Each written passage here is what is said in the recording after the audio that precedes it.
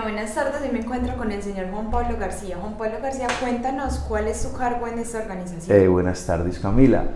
Yo en la organización ejerzo el rol de estructurador de unidades de negocio, donde la vertical transporte es la principal de las áreas de la compañía. Listo, como sabemos, estamos haciendo una investigación acerca de la movilidad inteligente. Entonces, partamos de una pregunta de ¿cómo definiría usted el término movilidad inteligente? Definir movilidad pues es muy simple, decir que es la forma como se puede desplazar de un punto A a un punto B las personas, las mercancías o las cosas. Y movilidad inteligente tiene que ver cuando agrego la tecnologías de la información y las comunicaciones para hacer más eficiente esos desplazamientos. Eso es movilidad inteligente. Ahora, si lo llevo a un ámbito más amplio, la movilidad inteligente es parte integral de soluciones mucho más robustas que tienen que ver con el resto de los factores productivos que se dan en una ciudad. Esa es la definición de movilidad inteligente. Listo, en la ciudad de Medellín, ¿ve usted la movilidad inteligente como un tema que se puede lograr a corto, mediano o largo plazo? A ver, Medellín ya tiene un plan maestro de movilidad establecido hasta el año 2030. Significa que ya hay una serie de estudios que avalan la posibilidad de empezar a trabajar en diferentes aristas que nos lleven a tener una movilidad más eficiente, más segura, de mayor calidad, de mayor acceso. Significa entonces que ya se está trabajando en pro, pero cuando me dices que si lo vemos en el mediano, en el largo plazo, nos hemos enfrentado a una serie de retos que han retrasado los planes de la ciudad. Entre ellos está la pandemia, que es el más inmediato, y sobre esto se dio mayor preponderancia a la sostenibilidad económica, a la industria, al comercio, y ahora se entra en un tema de regulación con políticas que no vayan a afectar mucho el tema de la movilidad. Se está trabajando, se está impulsando los sistemas masivos. Yo diría que es un proceso de mediano plazo, más que de corto. Listo. ¿Cree usted que realmente el gobierno le da relevancia o importancia a este tema? En los últimos años el gobierno ha venido tomando medidas que impulsen esto. El problema que tenemos es de factores presupuestales.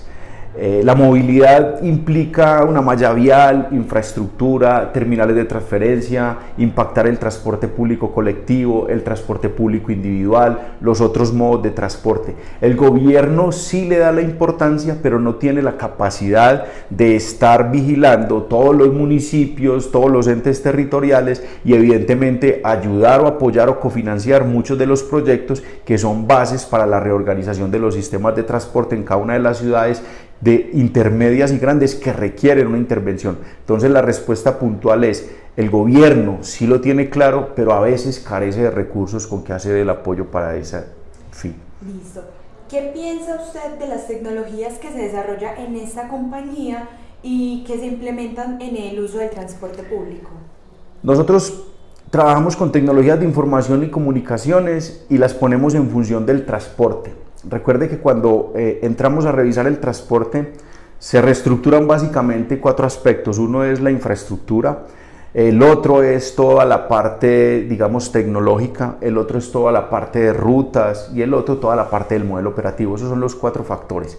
En uno de ellos, que es la tecnología, nosotros siempre propendemos por la implementación de sistemas inteligentes de tránsito y transporte, es decir, de la implementación de tecnología específica para que en los sistemas de transporte público, colectivo, masivo e individual tengan la data sobre la cual empezar a medir las eficiencias de sus operaciones y sobre esa empezar a tomar decisiones de la regulación. La tecnología que nosotros implementamos va orientada a una regulación y a una normativa local vigente. A pesar de que hay muchas otras formas de agregar tecnología, es muy difícil penetrar el tema del transporte, porque el transporte, tal como está concebida la industria, solamente implementa tecnologías cuando le exigen más que por el deseo o la voluntad genuina. Nosotros estamos en ese fin, es nuestro objeto misional de sacar siempre soluciones que le agreguen eficiencia a la operación que las empresas que tienen esa habilitación para prestar servicios lo puedan hacer. Listo.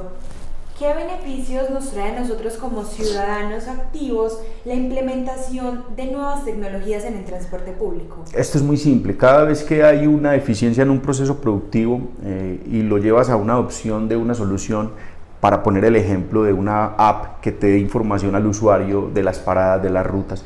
Estamos en las instalaciones de Nebula y estás en una ubicación específica. Si tú tuvieras que desplazarte hoy hacia un lugar, hacia el centro de la ciudad, pues sería fundamental que pudieras tener a través de una aplicación de acceso libre cuál es la ruta del sistema de transporte que te pueda servir para llegar a tu destino. Entonces esa es la interconexión. A nosotros como usuarios nos impacta muchísimo porque hoy carecemos de información en los sistemas de transporte y si tú te vas a desplazar, pues le tienes que preguntar a alguien que conozca, que sepa, no hay un plano, no hay un paradero inteligente, no hay aplicaciones en tiempo real, no hay sistemas de semaforización, o sea, hoy no hay una interconexión de esos factores que hacen parte del ecosistema, por tanto el impacto de la tecnología, aparte de que es fundamental, no se tiene y nosotros nos veríamos grandemente beneficiados como usuarios. Recuerde que el eje estructural de los sistemas de transporte es el usuario y hoy al usuario se tiene abandonado, no hay calidad y la calidad del servicio es fundamental y por eso la tecnología nos apoya y nos ayuda en eso. Listo. ¿Cuál ha sido la reacción de las empresas de transporte público al implementar soluciones de una movilidad inteligente? La reacción ha sido de restricción, de resistirse al cambio, porque ellos vienen con un modelo industrial de muchos años y tienen un modelo de negocios con muchos factores que hoy es muy complejo.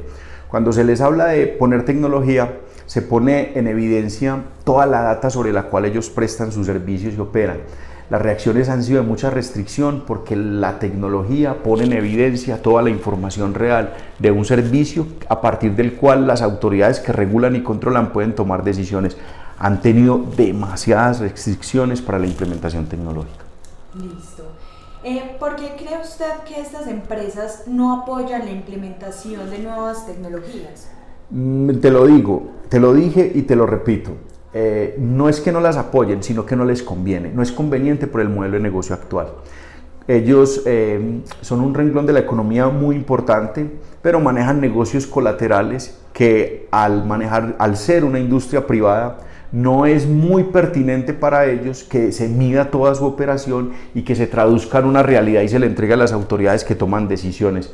Por eso, vuelvo y lo repito, ponen muchas barreras para esa implementación, a pesar de que no han entendido que ellos son los grandes beneficiados al implementar soluciones, porque al agregar eficiencia disminuyen los costos operativos. Entonces, de ahí, pues, el hecho de que las tecnologías no las implementen por voluntad, a pesar de que conocen que les pueden agregar beneficios. Bueno, ¿cómo se ve el tema del medio ambiente inmerso? El medio ambiente es fundamental. Aquí en Medellín estamos enfrentando el tema de la famosa contaminación ambiental. Saben que los vehículos de transporte privado hay emisiones de dióxido de carbono, las emisiones son muy altas. Se habla en las estadísticas de que la emisión de un vehículo particular es 5 veces la de un vehículo de transporte colectivo porque se lleva un volumen significativamente más alto. Al tener un parque automotor tan amplio, al no haber regulaciones en la adquisición de vehículos, al no tener unas restricciones tan altas de circulación, pues la cantidad de vehículos o flota que circula por nuestras vías es muy alta, la emisión por tanto es muy alta, la contaminación en un valle donde sabemos por los estudios ambientales que en determinadas horas y épocas del año pues hay una saturación, se vuelve un efecto contaminante. El medio ambiente está totalmente siendo vulnerado por la cantidad de vehículos y modos de transporte. No estoy hablando solamente del colectivo, toda la modalidad de transporte está contaminando mucho. Listo. ¿Qué otros proyectos aportan a la evolución de la movilidad inteligente? Hay muchos. Yo creo que todos los factores se integran. Los planes de ordenamiento territorial, les he hablado de que si una ciudad está totalmente integrada, todos los factores productivos del ecosistema están neta e íntimamente relacionados. La forma como se produce, la forma como se comercializa, la forma como se industrializa, la forma como se construye, la forma como se aumenta o se disminuye la densidad demográfica, todos esos factores de alguna manera están neta e íntimamente relacionados con la ciudad. Por ende, están neta e íntimamente relacionados con la movilidad. Entonces, cuando se habla de movilidad, se involucra todos los factores de la economía de una ciudad. Se habla con todo, con los industriales, con los comerciantes, con los estudiantes, todos nos vemos absolutamente afectados e involucrados, por tanto, todos los factores deben de participar en todas esas mesas de construcción de movilidad inteligente. Movilidad lo hacemos todos los días. Listo. Y por último, desde su perspectiva, ¿cuál sería su ideal de movilidad en Medellín? Es una pregunta muy compleja, porque digamos que el ideal en esta y en cualquier ciudad es incentivar el uso del transporte público, el uso de un sistema masivo. El ideal en el sistema de transporte se llama accesibilidad, ¿sí? Y acceso universal, lo que significa que desde que yo salga de mi casa hasta que llegue a mi lugar de destino, bien sea mi universidad, mi trabajo o algún lugar hacia el que vaya, esté conectado. Y cuando yo salga de mi casa y vea que hay una ruta de sistema de transporte que me alimente a una troncal o que me alimente al masivo o que me lleve al BRT y que el BRT me lleve al otro punto, entonces yo voy a ver una red estructurada, integrada de transporte público, y si este transporte público además le agrego unas características de comodidad, de confort, de seguridad, de calidad, entonces yo voy a propender por dejar mi carro en la casa y utilizar el sistema de transporte masivo. Entonces el ideal es tener un sistema de transporte masivo, integral, interconectado, de calidad, con confort y con seguridad. Esos factores harían del transporte público el ideal para toda la ciudad, y la ciudad la volvemos una ciudad donde usted pueda salir a caminar, donde usted pueda salir en bicicleta y donde no se motive tanto el uso por los sistemas privados de transporte. Listo, muchísimas gracias por contribuir con tu conocimiento a nuestra investigación. Para eso estamos, Camila.